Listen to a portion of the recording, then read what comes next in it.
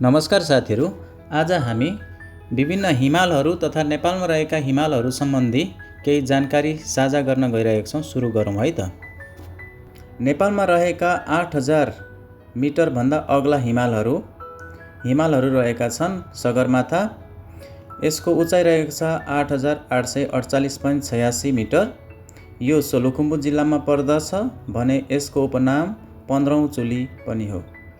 त्यस्तै गरेर कञ्चनजङ्घा हिमाल, यसको उचाइ रहेको छ 8586। यो ताप्लेजुङ जिल्लामा पर्दछ भने यसलाई 5औं चुलीको उपनामले पनि चिनिन्छ।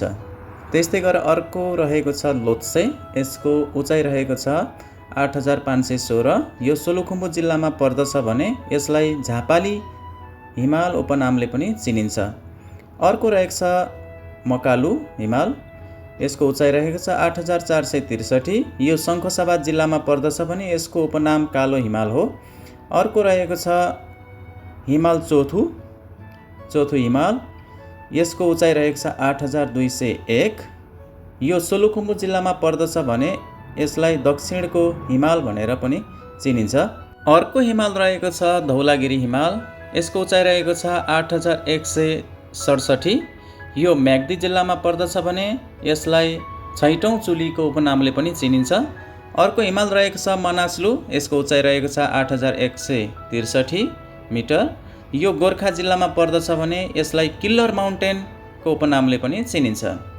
त्यस्तै गरेर अर्को हिमाल रहेको छ अन्नपूर्ण, यसको उचाइ रहेको छ 8091 मिटर।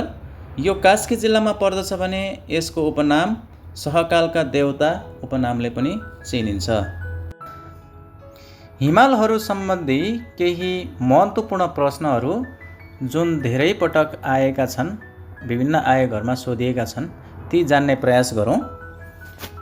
प्रश्न नम्बर 1 मा रहेको छ लेडिज पिक भनेर कुन हिमाललाई चिनिन्छ? यसको उत्तर रहेको छ अमादब्लभ।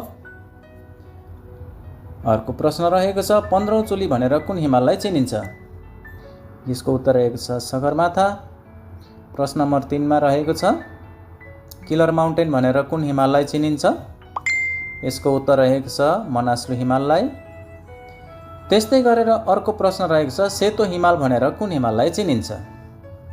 यसको उत्तर रहेको छ धौलागिरी हिमाललाई। प्रश्न नम्बर 5 मा रहेको छ कुमारी हिमाल भनेर कुन हिमाललाई चिनिन्छ? यसको उत्तर रहेको छ माछापुच्छ्रे हिमाललाई। त्यस्तै गरेर प्रश्न नम्बर 6 मा रहेको छ पासाङ लामो हिमाल भनेर कुन हिमाललाई चिनिन्छ? यसको उत्तर रहेको छ जसम्बा हिमाललाई।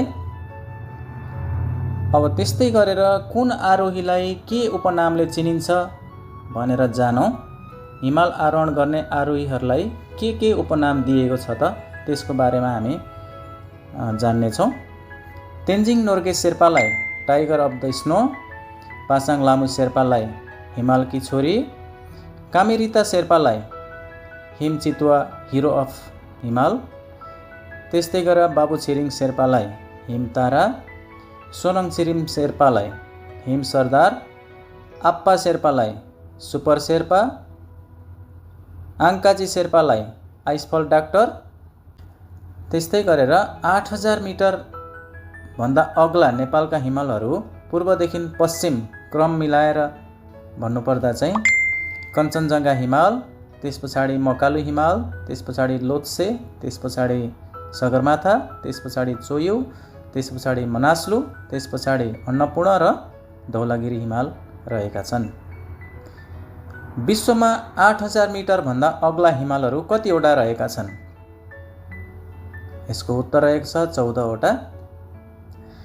नेपालमा 8000 मिटर भन्दा अग्ला हिमालहरू कतिवटा रहेका छन्? यसको उत्तर रहेको छ 8वटा। नेपालमा पहिलो पटक आरोहणका लागि खुल्ला गरिएको हिमाल कुन हो? यसको उत्तर रहेको छ अन्नपूर्ण हिमाल। नेपालमा आरोहणका लागि खुल्ला गरिएका हिमालहरू कतिवटा छन्? यसको उत्तर रहेको छ 240वटा।